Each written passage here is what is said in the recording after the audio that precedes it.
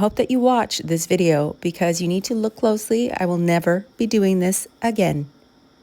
Because today's video is going to be about stripping. Yes, stripping. I usually use one product that seemed to stop working, so we're going to take these two and test them out today. Following all the directions to try and strip this heavy-duty varnish off this beautiful bird's eye maple secretary. We're going to test these two products on these two drawers and see what happens. Which one works better? Because this is a custom piece and the furniture needs to be naked wood before we begin. And can I tell you, this is messy and gross. It's so messy. So I scraped off each layer of that heavy, thick varnish to see what I would get underneath. Dosed it with a little bit of mineral spirits to remove any of the stickiness and see what we were left with. And we did have one winner. Trying this out on the wood until I got it completely naked, the clear winner was Clean Strip. So I doused this entire secretary and got off as much of the varnish as I could. You can see my results below, and that meant sanding and scraping. Until I felt like my arms were going to fall off and I was left with this. And the amount of sanding that this took to get completely naked is the reason why you will never see me do this ever again.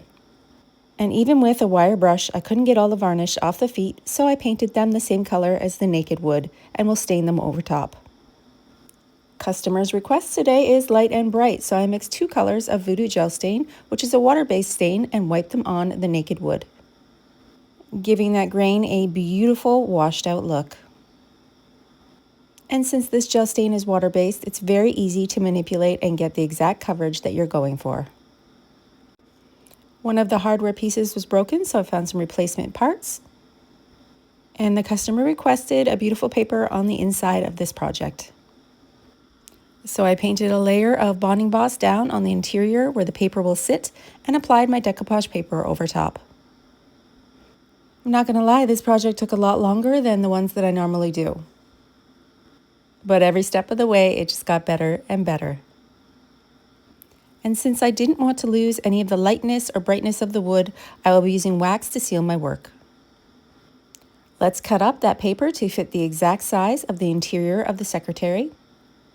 Adhere it down with a clear coat and smooth it out with my saran wrap. And when this beauty was all finished, I was so excited and she looks so much more fresh and modern. I love that peek of the romantic paper inside, and the original hardware with the back plate removed looks fresh and updated.